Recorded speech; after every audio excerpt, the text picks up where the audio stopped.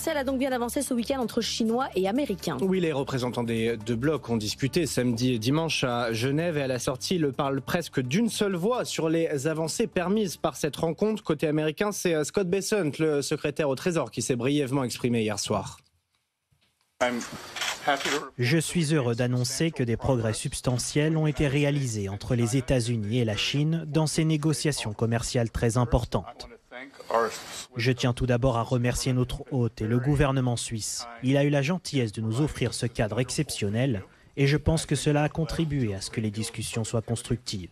Voilà, Scott Bessent à la sortie de ces discussions avec le vice-premier ministre chinois, les deux dirigeants qui ont pour l'instant donné peu de détails. Un communiqué commun doit être publié rapidement aujourd'hui. Alors qu'est-ce que l'on sait pour l'instant, Margot Faudéré ? Tout d'abord, Américains et Chinois se sont accordés pour créer un mécanisme de consultation sur le commerce. Concrètement, ce système doit permettre aux deux parties, je cite, d'entretenir des échanges réguliers et irréguliers relatifs aux questions commerciales. Ensuite, la Maison-Blanche va encore plus loin et parle carrément d'accord commercial avec au menu très probablement la question des droits de douane. La semaine dernière, à la veille du début des négociations, Donald Trump émettait l'hypothèse de droits de douane à 80% sur les importations chinoises. Et selon Bloomberg, les Américains seraient peut-être même prêts à descendre sous la barre des 60%, ce qui resterait malgré tout un niveau élevé. Et puis au-delà des barrières tarifaires, d'autres questions pourraient figurer dans le texte, comme la fin des exemptions douanières sur les colis chinois ou encore les restrictions à l'export sur les terres rares venues de Chine. Bon, on attend un communiqué, notamment sur le site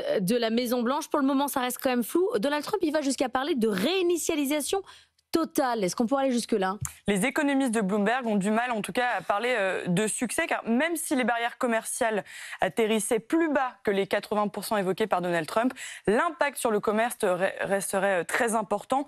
Bloomberg Economics prévient ainsi que les exportations de la Chine vers les États-Unis pourraient encore chuter de 60% à moyen terme, alors qu'aujourd'hui, vous le savez, les échanges entre les deux pays ont déjà fortement ralenti à cause du niveau de droits de douane qui impose quasiment de facto un embargo sur les deux pays.